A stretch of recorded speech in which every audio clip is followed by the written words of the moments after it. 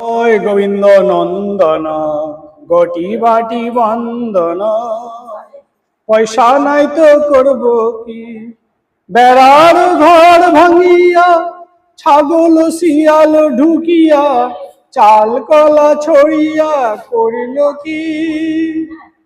এই বয়সে অকর্ম করিয়া মাথায় তিলক কাটিয়া করিলাম কি। জয় গোবিন্দ নন্দন ঘটি বাটি বন্দন।